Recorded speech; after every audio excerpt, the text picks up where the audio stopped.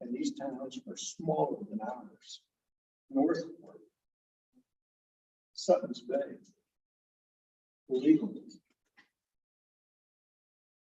Mackinac City, these all have more than 100 slaves. So I think we need an expansion of this brand. And clearly the waiting list sort of indicates that. And anyway, I just think that we have a nice brand. We need to maintain it, fix the things that need to be fixed. But we should think about expanding it in some fashion. If you don't want to go out there, it's just we have just about the smallest little marina that you can find in this whole northern fishing area. Thank you.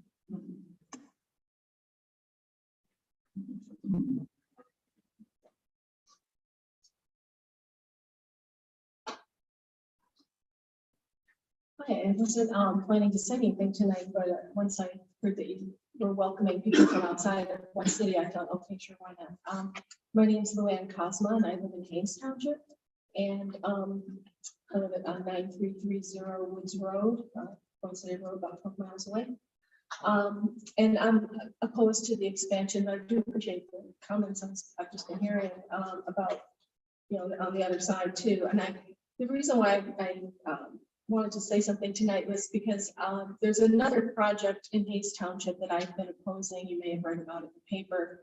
Maybe seen our signs out on Boyne City Road about protecting the shoreline. There's a neighbor of ours that wants to build a boathouse, but also on the second floor of it, it would be a dining and event facility that can hold 350 people around round tables.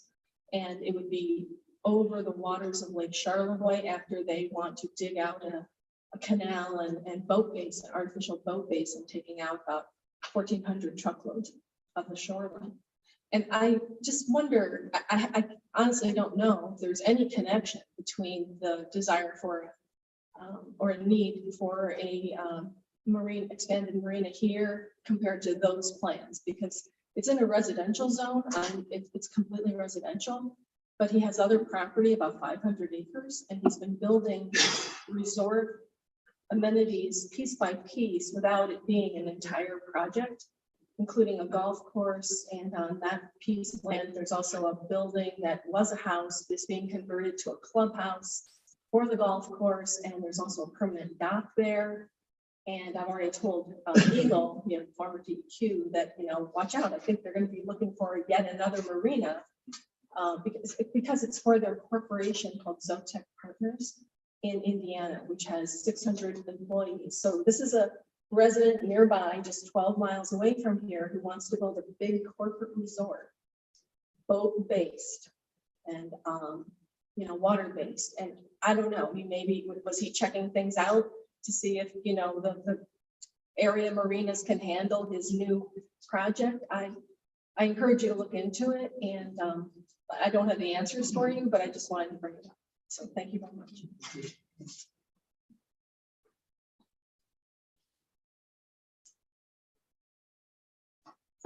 Hello, I'm David Gracie. I live in 400 Silver Street.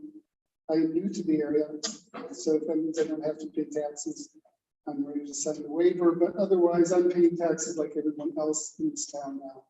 And I'm also the 5th generation from Northern Michigan, so if anybody wants to discuss what media means, I'm happy to get with you after the program. But I started coming here in January. I've been involved in politics for 45 years. Every city village I've ever lived in, I always try to come to every commission meeting.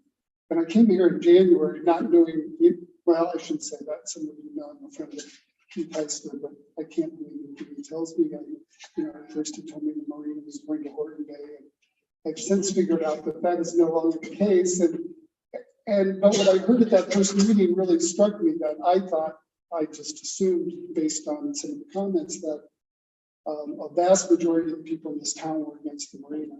So I embarked on one of my SWAPS of Boyne City, which stands for Scientific Wild Ass Poll, which basically means you go around and ask everybody you see. Some of you may have in fact crossed Water Street ahead of me going, oh my God, there's that guy going to ask me about the Marina again. But I really was a little bit surprised that the first 3 people I met said, yeah, I've been on the waiting list for 12 years or 10 years or some ungodly period of time. Because I was also told that the waiting list really didn't exist. It was kind of some cycling and revenue generator for the city, and I didn't get that, and I still don't get that. But there are, and I'm not saying that most of the people I talked to were for or against, but there, as the gentleman said before, there is a lot of misinformation being bandied about. And I'm kind of the person that goes, I'm kind of along, and I go back and I research these things, and I dig up records, and I issue FOIAs, and I try to figure out what's going on, particularly if I think it's going to affect my tax bill moving forward. So I had looked at about 10 iterations from 2005. Oh, by the way, I'm a builder. I placed $200, $300, $400 million of public infrastructure throughout the Midwest. So this is my forte, but I started going through this and I'm like, this is a huge expansion. And the more I talked to some of the commissioners and Barb, they're all very generous. And I realized this is a very in my humble opinion, a very responsible approach to some of the problems that that's probably a strong word, confront any city in northern Michigan. And I've seen it, I've lived it, Harbor Springs, Petoskey, and I thought this is a really prudent approach, and I congratulate the people involved. I don't think it's kind of been demonized.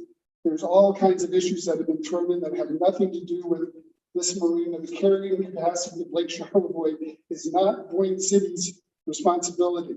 I mean, if East Jordan builds 100 more spaces in their marina, which they very well may do, they've got the moolah now. Does that mean Boyne City just has to close down the marina to make the equation work on the lake? No. Carrying capacity on any lake is a function of all the communities on the lake.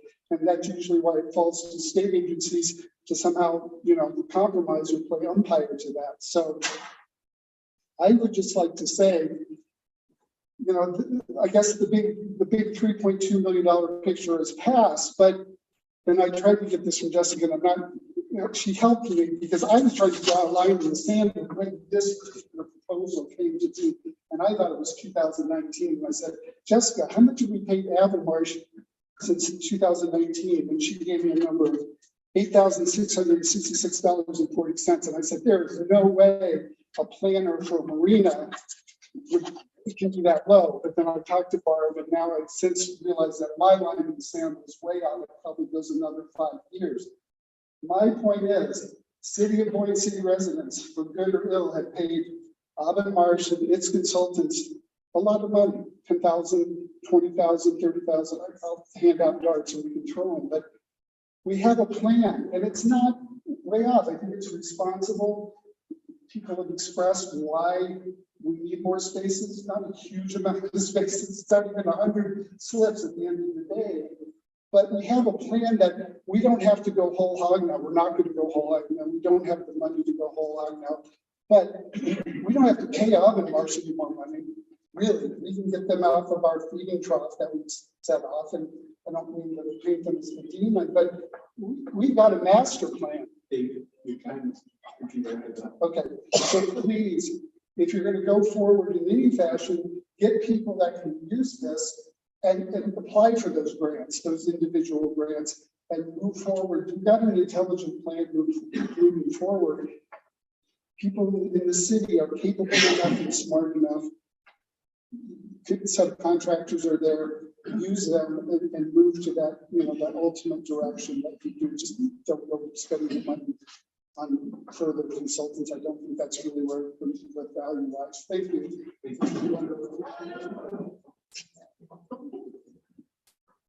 Anyone else?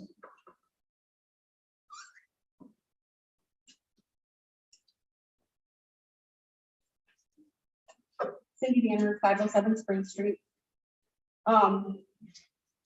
I've been here a lot on Marina stuff, there's no doubt about that. So, and I really approve, I commend you for doing these planning sessions and involving us.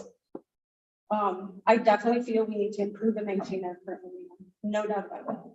I'm not in favor of big expansion. I've made that very clear in the past. I'm going to say it again. I think we need to have a replacement fund established to continue and keep this infrastructure that we have in good condition, and to be able to move forward. Some issues that I have, a big thing that is, we keep talking about this stuff, and I brought it up before, is we really don't have a plan. We have this, but when we do the, what is our problem and what is our needs? Like, that's not what happens. And I mean, when I sit at all these meetings and I listen, I hear we need additional slips, we need a launch or improved launching facilities, and we need to have the ability to maintain the marina that we have. And, you know, when I listen and I hear like Leona and I hear Charlevoix and I hear Harbor, you know what? The situation here is different. Those areas are natural harbors. It's much easier to do a marina in Charlevoix. When we look at the prevailing winds here out of the northwest and how it affects what we have and some of the things we want to do, it's a different situation. I go up to Hessel. They could have the situation we have. Actually, they have the identical situation.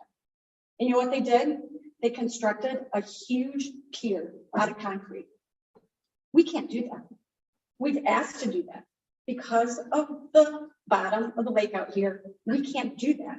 So we are trying to create something that Mother Nature said can't happen. I have spent endless hours looking at all that. I want to see us have a great marina. So the thing is how can we do that? The things with the slips, I do have an issue with it because, you know, I keep hearing about the waiting list. I empathize. We have a boat, we chose not to do that. We launch it. We don't have adequate launch facilities. We have people who've been on this for 14 years, 12 years, but we've never addressed, is there a way to fix that? The people don't own those slips, but they have a lifelong entitlement to it as long as they pay. Why is that?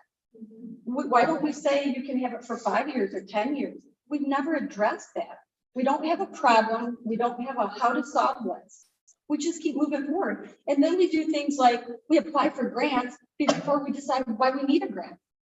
That's not the way it should work. It should work in the reverse. This is what we need. Then let's apply for the grant. Like the wave study, it says those attenuators for 1.5 foot waves, this is from us that we've spent money, are not effective over 1.5 foot waves. And then they say, we consistently have that over here. I've talked to people who have bigger boats. I'm like, will you put your boat there? Nope, I'm gonna put it in the harbor reach because what here, I don't want to sleep on my boat when it's like that. So it's like, what do we really need? And I hear seasonal, I hear transient. We did a study. None of the private marinas want to do transient slips. Why?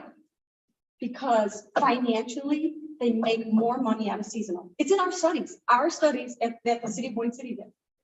So we keep getting all this information, but we don't use all the information we have, or we choose to ignore it. The launch. There's all kinds of people that are in favor of that marina, that are not in favor of the marina, that we need to improve the launch. So we hire engineering firm, they show that we need to expand our launching facilities, and then they show parking for property we don't even have. Then we have property right across from the marina where we're looking to propose the lots. That God, we could put parking there for marina because for a launch, we have a small launch down here that we won't improve. You know, so why don't we make a list of these are our needs? This is how we need to try to improve it. You know, how can we move forward doing that? And literally we keep spending all this money and we have a lot of that information, but we don't use it. I've read it, I've seen it there, and we don't do that. And so I just feel like we keep going in circles and we have a lot of unhappy people. How do we move forward? Yep, we got a great marina out there. How are we going to improve it? How are we going to maintain it? We have a situation where we had electrical, and I keep hearing, yep, we make enough money to sustain that, but we don't. if we did, we could fix that electrical problem. So I would ask that you do this again. I think we need to move forward. We have a lot of tools there, but we're not using them. And we have spent a lot of money. It is an investment in our community. And yes, I am opposed to doing big expansion. So thank you.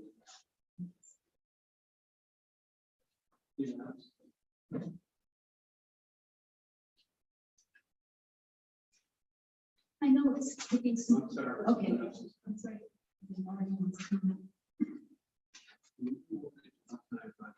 Okay.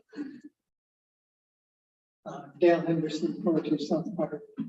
I just wanted to rebuttal because I've heard it in another meeting, I've heard it a couple of times, and comparison to trying to say these docks to like the playground to the ballpark, that's just not right. Come on. The docks that we have now, I recall we're not allowed to even go out and take a sunset picture. But the docks aren't for the public, the docks are for a few people.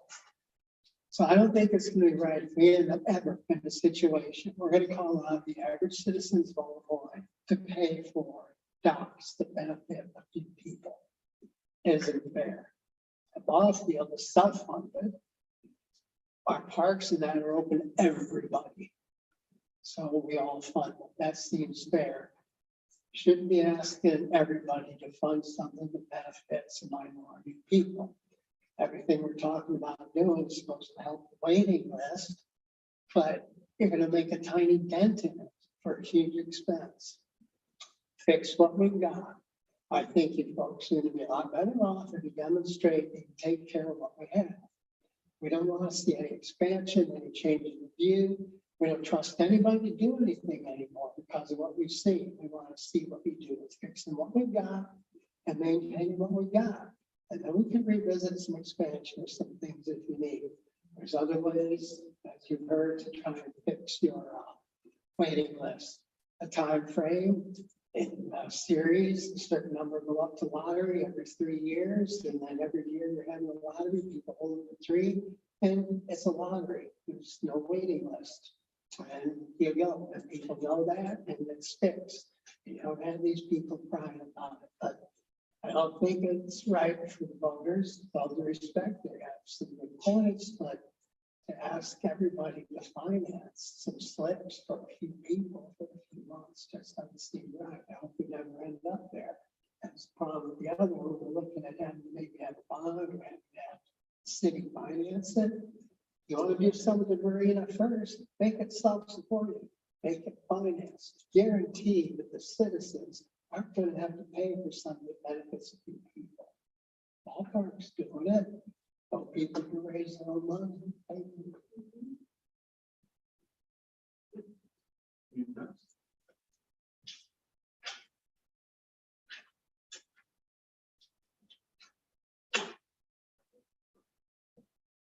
My name is Jerry Deeds. I live at 915 Robinson. I'm speaking for myself, and I have not prepared anything, but and all of these comments are really good and thoughtful. I would just ask that you step back and give this some room to breathe for a while, because this is a beautiful lake, but it's not pristine and it doesn't fix itself. So there are already problems. The increased number of power boats is a problem for a lake. The erosion is a problem. The sediment that's toxic is a problem. The lake is not just going to continue to be this way, so you can overuse it and you end up hurting it. I love the idea of a lottery for boat owners. Everybody gets a chance and everybody gets to use it. And then if you improve and expand your launches, then everyone who has a boat has a way of getting to the lake. Sometimes they have the luxury of a slip, and other times they have a nice improved launch. But to me, less is more. You don't have to develop every inch of available space. Just let it rest for a while. climate change is real. And anyone who doesn't believe in that shouldn't be in a position of power. It's real. We've had straight line winds. And I wouldn't want to be on a boat in a large marina with straight line winds coming in, and that'll happen again. There have been a number of occasions, sometimes they're little isolated spots where trees are taken out and it comes out of nowhere. And the last one that took out all these trees, that was very dangerous. And that'll happen again. You don't have a natural harbor. The other thing is, we all remember, well, some of us, what this town was like in the 70s, early 80s. It died after ski season. And people worked really, really hard to turn it into a tourist destination. And it is. You've won. Now you just take care of what you have. You don't have to build everything everywhere. Take care of what you have so that you can be a unique spot. People are going to come here even if they can't bring their boat. You've done it.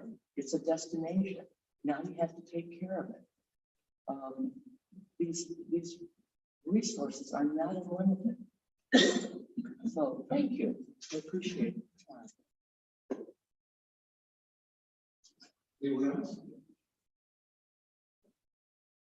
Okay, so when we cut off the sleep, no, there will be no more for deliberation. So this is the last June.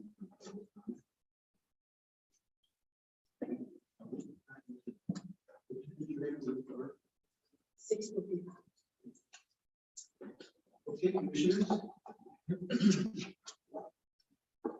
Okay. I appreciate the comment. It's very helpful. Very much appreciated. I guess maybe I'd like to kick it off.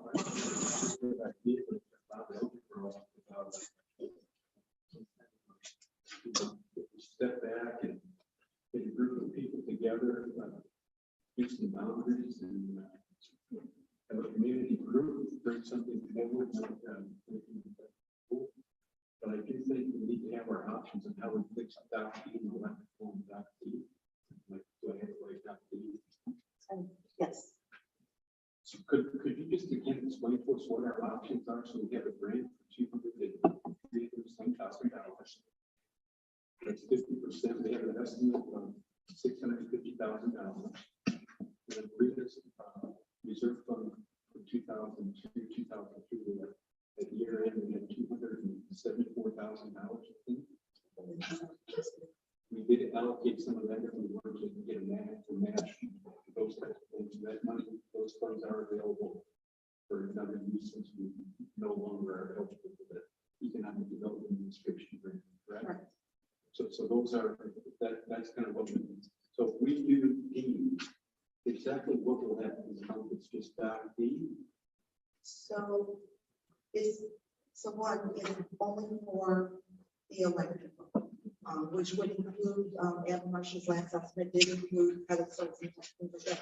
It does not address the dock at all. So basically, you're going to run these wires down through this dock. When the dock is replaced, you're not going to be able to reuse all of that. So again, something that you really have to think about, to what extent, how far into do you want to go without a plan for the full down? Every investment we make to correct the problem, we rebuild Doc D. Not every investment. So there's some landside, your new panel, your breakers, things like that will be set to what we need for that dock and any potential expansion. It would address some of those things. But a lot of your wiring down through the dock, not all of it always can be reused. When that dock is replaced, it will probably be a little wider to meet some of the state standards. Your finger piers will be a little wider. They might require a little more between the two fingers. And so all of that wiring can't necessarily all be reused because your pedestal placements might be different. but it doesn't all, it's not, it all gets scrapped and thrown out. There's, somebody about, 20% of the land side cost. I don't know what the percentage is, but Was one of them. yeah, That's been the biggest thing that, you know, in speaking is that, so anything that we do on the electrical, that was why when we talked a couple of months ago, the repair needed to be made, but it was taking all this money and going and doing the full money, you're gonna lose it all if and when you repair it. So that was why we were talking before. We need to repair, you know, the electrical that's there and, you know, get that handled. But on the same token,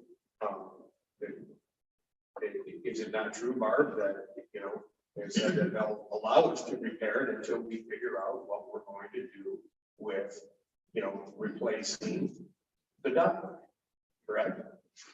the county is willing to work with us. However, I'm sure that there will be some limitations. A temporary repair can be temporary for 3 years or 5 years.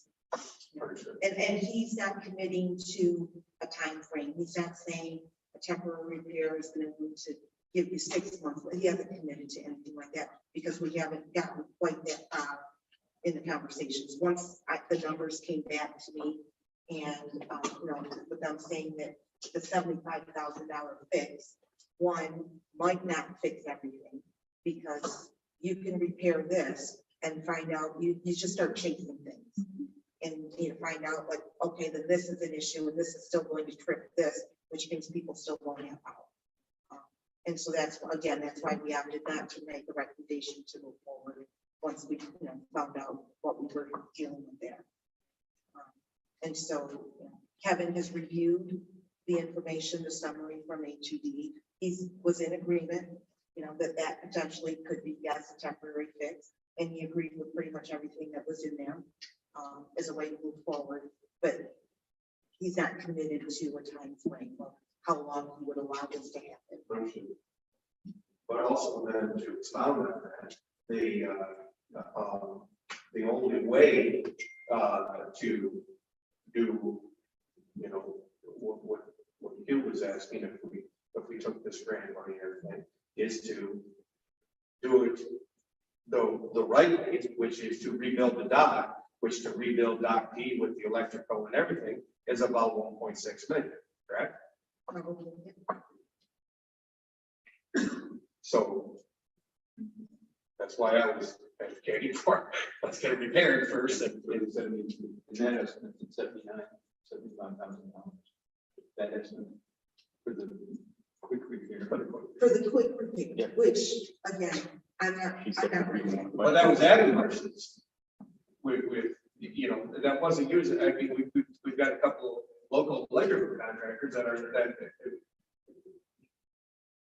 quite fairly disagree and say, well, you know, it could be done for X, you know, especially if you're only doing the repair, because you said the same thing that Adam Marshall said. It's not gonna, you know, there's still gonna be issues.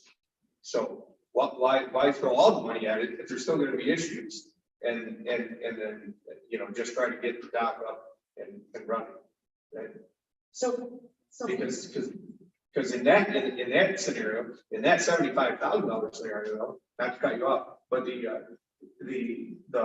land side portion of that is, you know, about not quite 20. I have to. If you look at the numbers, yeah, sure.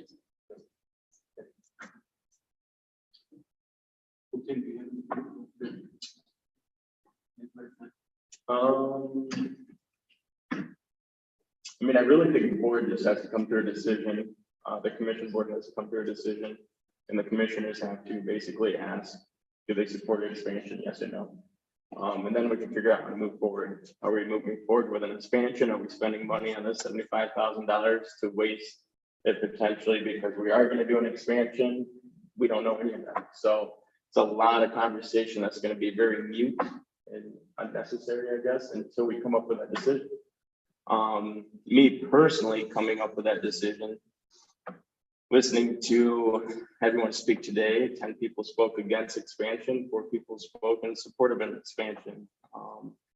You know, going through my time as a commissioner, being presented with 1,000 signatures of people within the community and surrounding communities that are opposed to the expansion. It's a little different than the STR. During the STR conversations and having the meetings during the STRs, you have the people that really want an STR ordinance, and then you have the STR owners that say, yeah, we do support an ordinance as well. So it's a no-brainer, you know?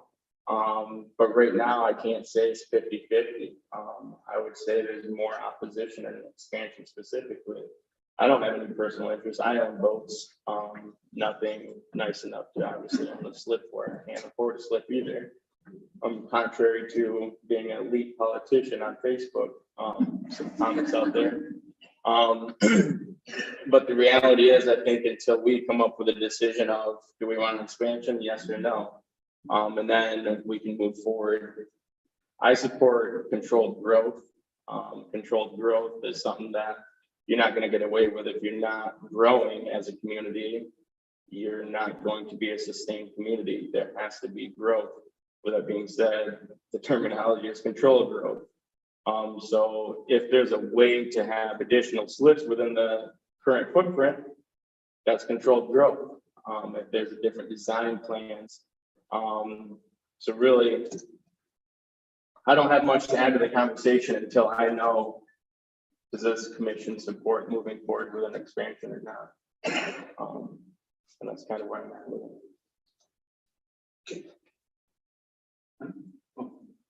Well, I was just gonna add one follow-up to Tim's comment. So it makes absolutely zero sense to, you know, to add on to an existing failing dock, correct? To add a few more slips. And I'm not saying you said that, Tim, that's not what I was saying, growth within, you know, the footprints that's out there, which was one of those things tossed up. And I don't see how that would. Are you referencing adding slips or are you referencing any other? Well, both will go hand in hand. I mean, take dock B because that's your largest slip. Yeah, if you added the slips that were proposed in the expansion, why would you add it onto the old dock when we know that the old dock has to go? Correct.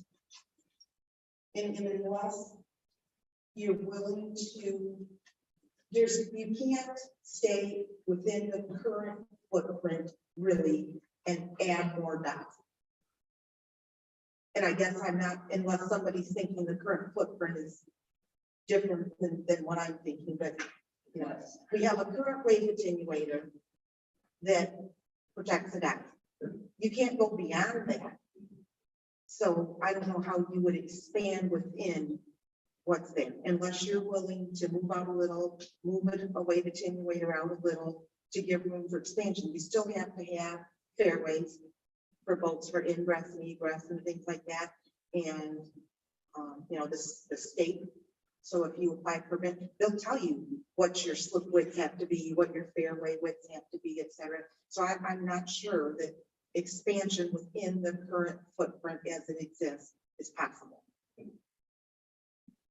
Can you, can you expand on that where because that's the point I'm going to make? Because when you and Marty came up with an alternative footprint by cutting 30 slips down to 15, expanding inside the footprint that we have, inside the way we have, there was an expansion mentioned. So what Marty and I worked on, changing the slips around within the proposed expansion footprint and moving things around, not within what's currently there. I think that's where people are confusing things. There was probably a couple of them that were very large that were reworked Right. Yeah, that's what I remember from previous Yeah, conversations. but we were talking about working within the proposed expansion and taking from one side and trying to squeeze some in the other side. But when people are saying current footprint, I assume that they're speaking about what exists right now today. No. Footprint is We're gonna continue. all the attenuators that exist today. The space inside the existing attenuators. Yes.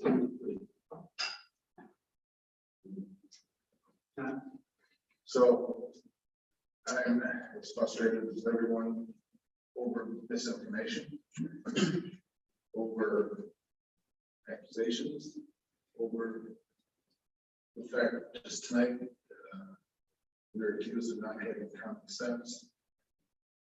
And we're accused of not being fiscally responsible. Well, what's ironic is the 5 grants that we applied for.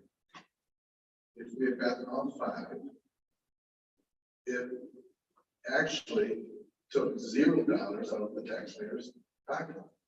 It was totally 100% covered by grant money and user fees that would cover the extra 1.1 million bond that was covered. Just the opposite. I think the 5 of us and before the 5 previous commissioners, we kept saying, let's continue this process to see if we are going to get the grant money. That was common sense. That was fiscally responsible because that was taking care of the expansion / renewal / rebuild. It took care of all the problems at 0 expense to the city taxpayers. That to me was we're doing our job. Now we're in a pivot because if we want to accept this $392,000 for the wave meter, and if we want to accept $327 for the electrical, those are 50%. Those are matching. So what we've done by not getting these grants is basically put the burden of an expansion and or repair and or replace back on the taxpayer because we lost the grant opportunities. And that's a shame. So I agree, we're back to step 1, and we needed to get here to see if we were going to get those grants. We did not. But I want to clarify, I think just the opposite. I think we're being very responsible. I think we're using common sense. I think fiscally we're being responsible. And now we have to solve a problem where we don't have those grants. And now I am for, as I stated at the beginning, of taking care of an asset, just like we take care of pickleball courts and the baseball fields and the trails, the avalanche, the trails that are new property out on the old city dump property, and on our responsibility is to take care of our assets. The marina is an asset. The marina benefits everyone, just like the softball fields, the pickleball fields, the baseball fields benefits everyone.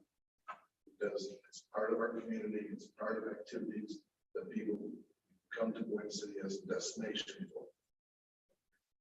It's an economic engine, the marina, just like every other asset that we have.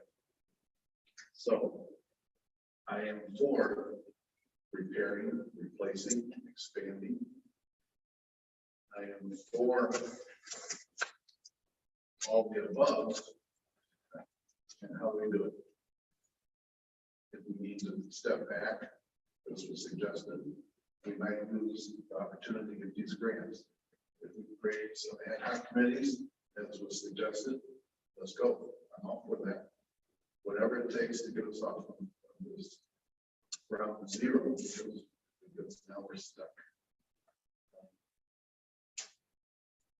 Referring to expansion, I think it was mentioned many times that building here's an example, building a 2,000 square foot home compared to building a 2,200 square foot home costs about the same thing. The expansion is not, wasn't really the big cost. The cost is replaced. The cost is not if you had 2 more slips at the end of each finger dock. You know, that's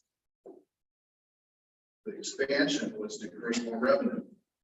The expansion was explained to us that it wasn't extra X. When we built this building, we went 2 stories on that room right there. The architect gave us a 1-story design, and we went 2 stories for an extra $25,000 because the expansion was cheap. Just like the Marina, if you have a 40 slip, you increase it to a 50 slip, that extra 10 slips doesn't cost a lot more, but it brings in more revenue. That's why I'm for expansion. I do think you need to address one question. Thank you, please. For the commission, really, for the people that are here, what about the 1.6 bond that you passed? Can you use that? Mr. Mayor, that 1.65 was covered by user fees, as was explained many times. And it was going to be paid off by the extra slip, the extra revenue created with the 2 slips. Okay, so does the idea of having the ad hoc committee sound like an opportunity to explore? I have no idea who might serve on it. Pardon me? I think there's a great concern about having more committees on existing issues and that who chooses, who gets to participate in that. Is it open to anyone that wants? We have completely lost trust in us making any decision. We've got a big problem. About this issue, yes, we do.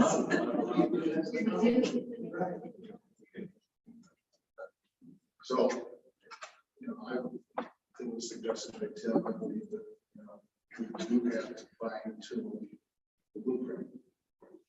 And we explained many times, and our engineers explained, and Mark explained, that once you get the grants, then you can start fine tuning. That's why we haven't fine tuned, because we you know, grant money. Now that we didn't get the grants, what do? Do we fine tune? Or do we go back and I don't know how that works. Fine tuning was coming. We were all going to sit down and work this out. But now we have 0 money earmarked for this. I mean, we have our savings within the Marina, and we have the 2 grant monies. But that's the only revenue we have to spend on this. So, Mr. Mayor, yeah, I don't know if we find 2, it makes sense. Yes, we do. But to do that, we need to also take along with that some engineering help to say which costs less, A or B. What's a better design, A or B? I mean, we're not engineers and we're not architects.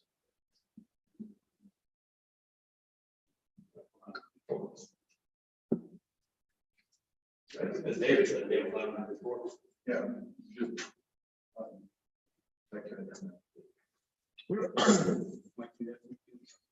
Well, there seems to be 2 main items that are out there.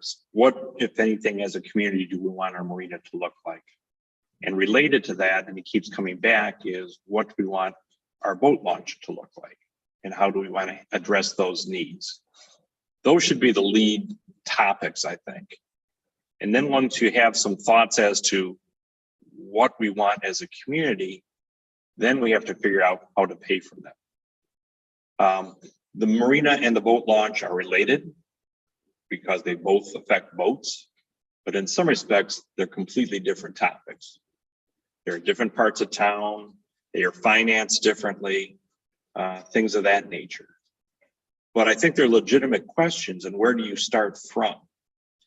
And I think we've got to figure out what we want as a community and then figure out how to pay for it, or else we're just going to keep talking ourselves in circle. Is the expansion driving it because that's the way to finance it where it's not on the backs of the public, which was the original thought behind that process. You know, well, if the plan isn't something that the community wants in the first place, well, then it really doesn't make any sense to, if you come up with a great financing scheme, one way or the other. So I think you've got multiple topics out there. I would almost treat the boat launch and the marina separately, because I think they may have different solutions on their own. I think some task force, maybe as Mr. Alger suggested, with people on both sides of the issue, fairly well balanced, and let them see what they come up with in a period of time. The issue, I mean, right now, as Tom so eloquently put it, we're in a pickle. For 20 years, the community has been going down one path. And recently, the last couple of years, there's been a lot of objection to that path with regards to the expansion of the marina. We could have gone down a lot of different direction and invested our monies differently over those 20 years if the community wasn't going down that path. But that ship has sailed, for better or worse. We are where we are. We can't go back. We can't spend the dollars over these last 20 years differently. But that was the direction of the community at that time. If it's not now, that's fine. But we're going to have to figure out if our goal is to, even if it's just to fix the existing marina, the question ultimately comes is, where is the money going to come from to pay for that? The direction for years, right or wrong, from the commission was the marina should pay for itself. It shouldn't be on the backs of the whole citizenry. And that's why it came up with the plan that it did to hopefully self-finance it. So it wasn't taking money away from roads and from water and sewer and things of that nature. And maybe that's probably going to have to be revisited. If we're taking expansions off the table, a lot of these grant opportunities are going to go off the table as well too. And the marina is not going to be able to, my first reaction is maybe somebody will come up with a different plan if we set up a study group. For us to, going back to Marty's figure of the $1.6 million to really do Dock D right. So we're not just putting money into an electrical fix, into a bad dock that's going to sink in a little while anyway. That's pouring more money, good money after bad. That doesn't get us anywhere. But then if what we really want to do is maintain the existing marina and we come up with the price tag to do Dock D and all the other maintenance that needs to be done, how are we going to pay for that? I think these are questions that a task force with people of goodwill on both sides of the issue or multiple sides of the issue, and I hate to say picking sides, should hopefully research and come up with some suggestions for us. I think it's going to take some in-depth digging by some people, and that people that have confidence in that all sides are being expressed, that can report back to the commission, and maybe there's some participation by the commission or a couple of commissioners in this, and see what comes back. But I think right now we've got a lot of issues that we're kind of chasing ourselves in a circular manner, and that's been the problem for too long.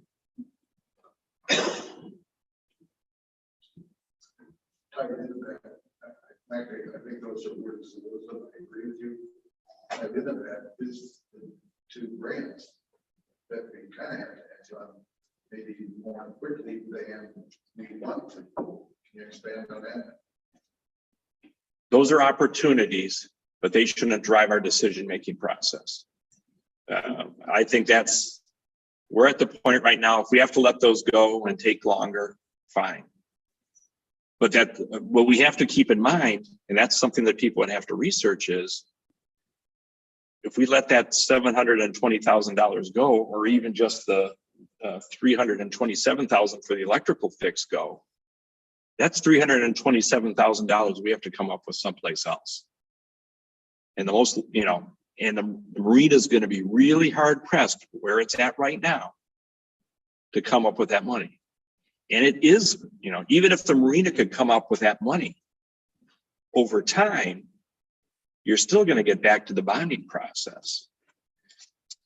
And the bond, again, You can have whole discussions with bonding, and we tried to have that with our consultants before on that to talk about that. Bonding is just a way of getting a loan. At the end of the day, somebody has to come up with the money to repay that loan. And up to this point, the goal has been to try and get the marina users themselves to pay for it over time. And yes, there was a small risk, as there is in most anything in life, that if they fell short, that the city as a general might have to loan money, which could then take away from roads and things on that on a temporary basis. So we've talked about Rogers City had to go through that for a period of time. So, and I don't mean to rehash all these things with regards to it, but I think there's some big issues out there that need to be addressed. And I think it's more complicated than, and I don't know if we're ready to make that decision. Maybe some people are, but I don't know if we have all the information to do it in an informed manner as to what the end product should be. I would almost like to erase that and start over and not say, yeah, I'm completely for expansion or I'm completely against expansion, or somebody should look at our marina needs and just say, okay, where do we go from here with a clean slate? Yeah, I could agree with you. It's, how do we go about?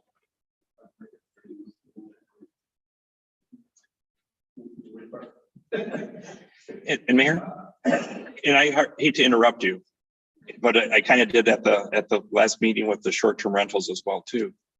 Again, we're here to receive information tonight. The commission doesn't have to come to a snap decision tonight. I mean, if you want to think about it, for a week or two and come back and say, yeah, maybe a task force makes sense, or maybe it doesn't, or maybe I'm ready to make a decision, or things of that nature. Don't force yourselves into a box where you have to make a decision tonight, would be my only advice on that. So, I guess the biggest question is what we have before us is the 2 grants and the electrical issue that we have. So, of the 2 grants, the $392,000 one, which originally was for part of the expansion, I'm not for. And the main reason is I still don't see, that was why when we talked about the all encompassing one that had gotten, passed last September, and then we scaled it down a little bit. That one made sense because it rebuilt our existing marine. But again, stop water, water under the bridge. So that one I'm not for, but I think we have time to make a decision on the other grant that can help us with Dock D. So I'm not willing to throw that one out because that had no ties to expansion. That was a repair issue, a grant. So that one, I think we can work with. I think the biggest thing is, again, going back to, I'm fine with getting bids on, which Barb said we need to do sooner rather than later, on getting electrical to Dock D in the short term for anything. I'm not for spending, $80,000-$90,000 to get that, because there's enough people that have said that we can do that for probably, about what we pay for the consulting fee. And we can get the fix enough that is gonna suffice, but it's not the complete repair. So I guess I'm just trying to answer your question. I am not for grant 1. I'm for grant 2. We do that, I'm for addressing immediately, getting, local bids to, get Dock D fixed and get it on the docket, get it done before, the end of summer or whatever needs to be done. Because again, it boils to the issue of, how the dock's going to survive through the winter. We got to have an electrical. So but there was a lot of great, points on both sides. Again, I had no problem with, spend a good time with Mr. Allen on different ad hoc meetings. At the school. And, I think that's a great way. I think that would be, again, we merged two sides and everything like that. So I don't need to keep talking. Okay. Well, So how do we get faced with the two different options, I guess? So option A is no expansion. This is what the taxpayers are gonna essentially, this is how we're gonna get the money for it. Option B sounds like this is the expansion option, getting this grant money, question mark on when we're gonna get the rest of it. So how do we get those two options in front of us as commissioners? well, And I think it would help the public to understand that if they truly don't want an expansion, this is what the taxpayers are essentially tied to with a municipal marina. I think that information exists now. I'm just not sure. I think we have to go back into it and make it credible. I'm not sure exactly how people feel about that now. But I mean, that's why I come back to, what Mike was kind of outlining there with, having a group to kind of dig into those sorts of things for us. I just don't think, I'm in a position to pick one or the other right now. I kind of like, I like the way you're thinking about it, Marty.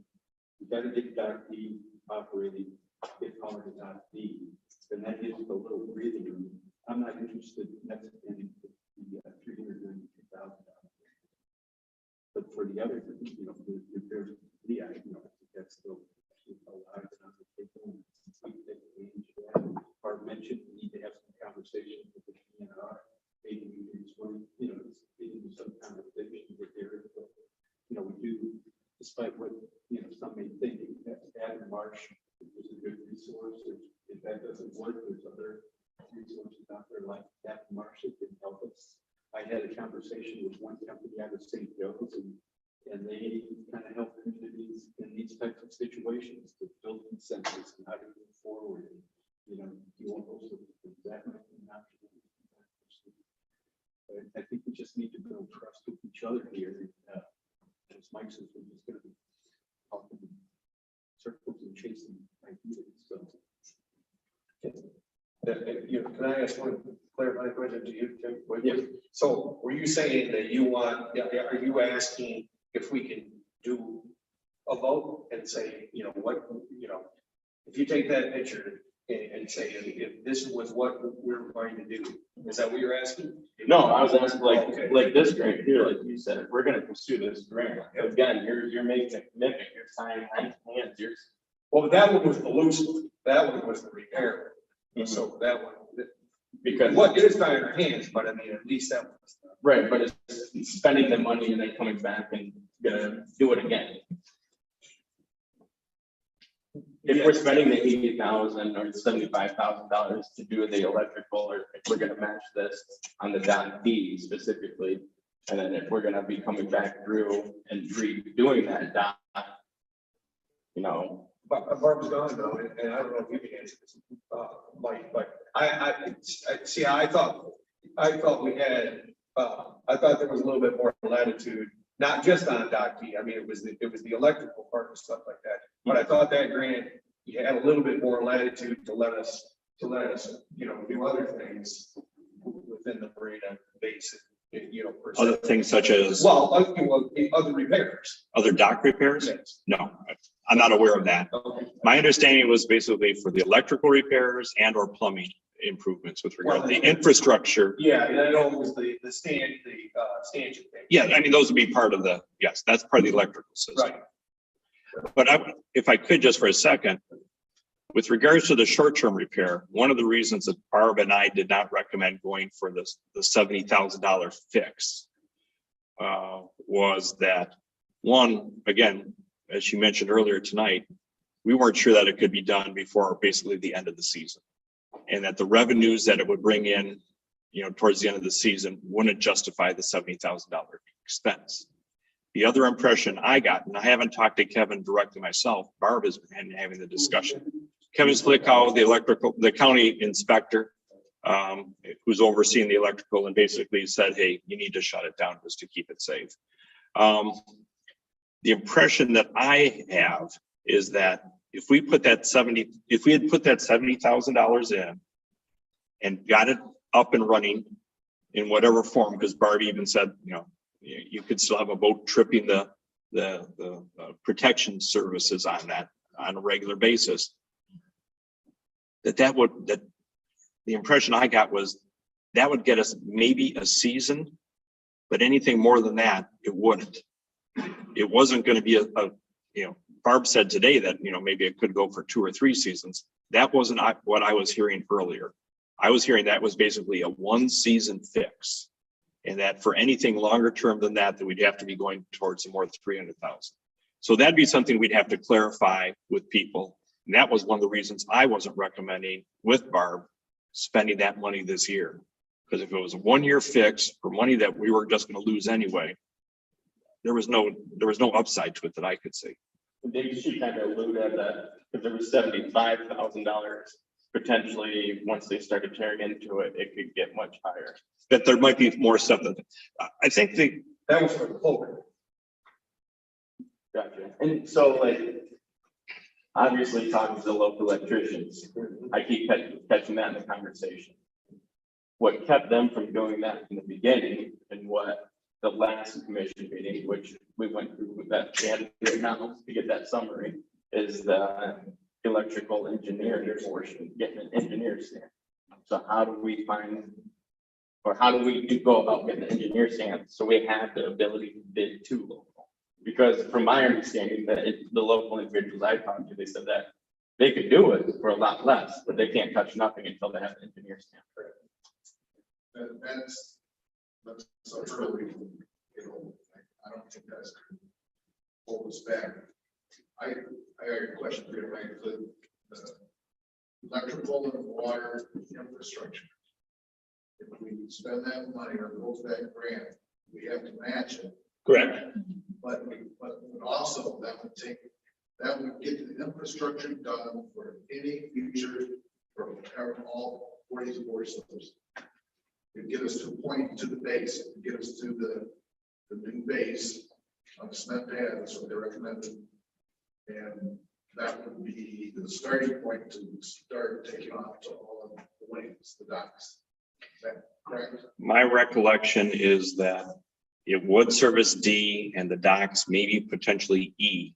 In meeting with the electrical contractors when we did the inspections on the site there, it sounded like they were talking that there were going to need to be other improvements to service other portions of the docks. Which would not be included in that. Potentially.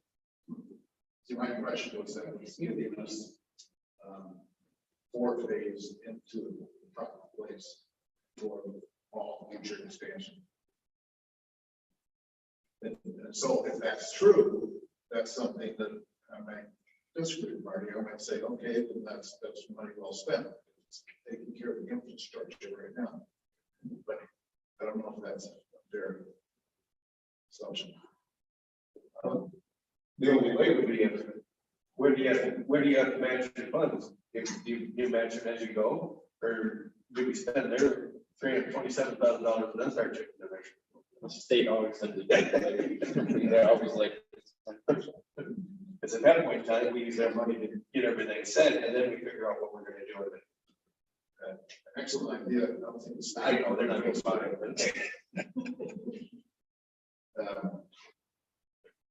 Okay, I think Well, all I'm gonna say, so one, to expound on that, just one little bit more, Logan. So what we could do is we can take that, we can match it all to end up doing that. We've got it there. What is the timeline that we have to spend it? We usually have a couple of years to work on that. Okay, so, you know, that's the key, because we can, you know, we've got almost, well, we got 3/4 of what the match is in the Marina fund right now, in order to get this doc D structure taken care of. So we can at least get the grant money to get spending on that, and then we got to figure out how you want to approach. And I agree with you, Marty, on the other grant, because it's needed whether you do an expansion or a replacement. Yeah, that's the 2022 one, 327,000. Yeah, so the statement that we have a little bit of time, I just want to work with these two grants. That's my opinion. Because I don't want to lose the opportunity of over $700,000. Because if not, you have to start all over with grant applications, which is a 2-year process, which is 4 years down the road. And I don't know if I don't know if we have the opportunity of time. We've been told that we don't, that the docks are on our last leg. So I agree, maybe step back. I agree with coming up with the exact design. I agree with ad hoc committees, but I also agree there's some urgency with these two grants. Yeah. So Mike, who's going to be able to meet this effort with our harbor master design? Perfect storm. There isn't a good answer. We're going to be very shorthanded with regards to that. We're losing lots of expertise with Barb. Currently, there isn't anybody to pick that up. And I mean, one of the questions that we're going to have to figure out is where do we get the information we need to answer a lot of these questions that are out here? We're losing a valuable resource in Barb. We really, I think there's kind of a threshold or frustration with spending more money on consultants. And we have a staff that's basically taxed right now to the maximum with regards to just trying to keep things going with us being shorthanded as we are. So it couldn't really happen at a worse time with regards to that. So either the commission determines, okay, we have enough information to make some decisions on our own. I don't think you're there yet, personally, because I don't think we're quite completely on the same page with some of the information out there. And I want to make sure you're basing your decisions on good information. Whether there's again, going back to, some type of group, task force, whatever you want to call it, that can research this matter and what resources they might need, whether it's talking to a consultant or, or whether they think they can do the research on their own to at least get us something. Or whether we go back to either our existing or other consultants to get some fresh ideas and say, hey, here's the things we're looking at. But again, to get that, we're going to have to spend some money. Can I just see a show of hands in the audience might be interested in serving on the ad hoc committee?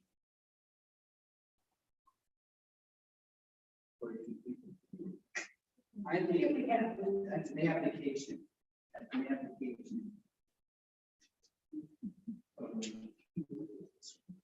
I still don't know why we can't have the vote on whether we even want it or not. Because we're not in a position to where we can make that decision. We're going to get more information and we might go through this process. I hate to get into it back and forth. And then that'll give us an opportunity to make that decision. I'm speaking for myself.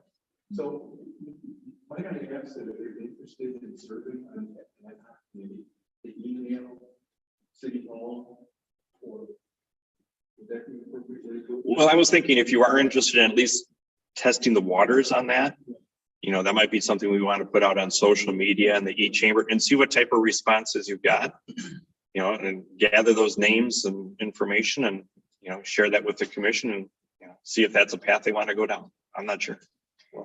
And I had no objection to that, but I think you have people there that have said that, they would agree that you can't get anywhere if you got 50 people. Yep. On an ad hoc committee. So I mean, there was about 6 or 7 hands that got raised, and I would say that if you don't want much more than that. I mean, from there, they can get, you can gather more information. I'm not saying to exclude anyone, that's not.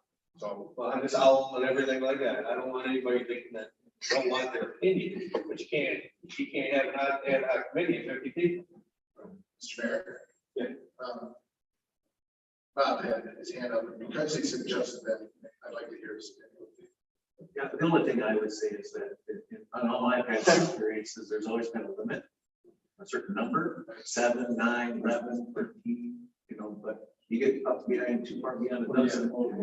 And then I think the other thing is that you want to identify, people should identify kind of the makeup, whether or not you're going to have 2 commissioners or 1 commissioner or some, somebody like that that also serves on that.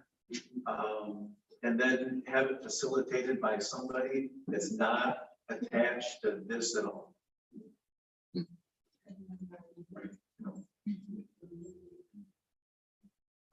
Where you find that, sir? They're facilitated, there's facilitated. Couple questions, you let them speak again. No, I asked, I requested them to speak. Okay, well, one of the requests that I'm allowed. Go to ahead, ask. Penny. Thank you. Penny Hardy, 437 North Street. My friend presented some misinformation. I was big enough to come up there and say, I gave bad information. I want to correct it. I don't want to accuse anybody of something that wasn't that. You gave bad information. There has been strong opposition since 2005. I'll go back and dig up some newspaper articles for you.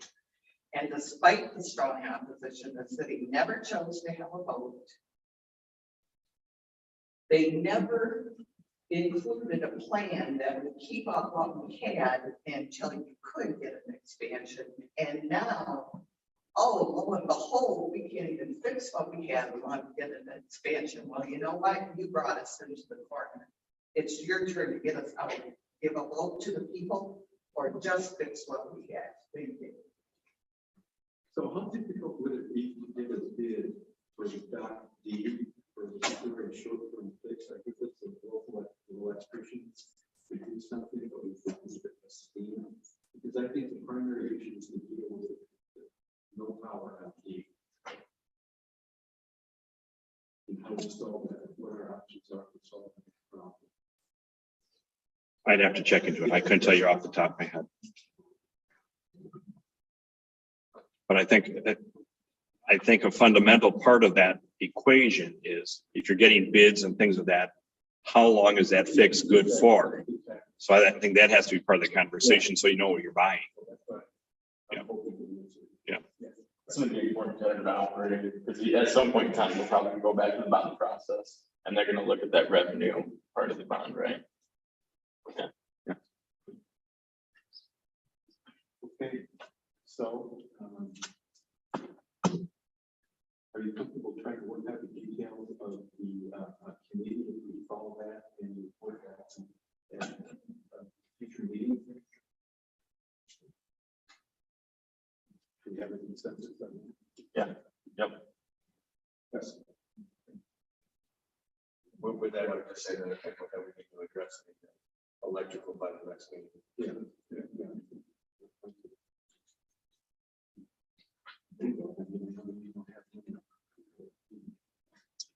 When do we have the conversation, kind of like the makeup of the committee, who's going to be on the committee? Yeah. If we could just have some, extra stuff. If you're interested in that, commissioners or, that type of thing. Number. Okay.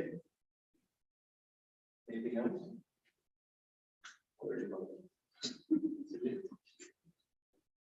Okay, well, I will entertain a motion. Do you? We got 5 minutes until.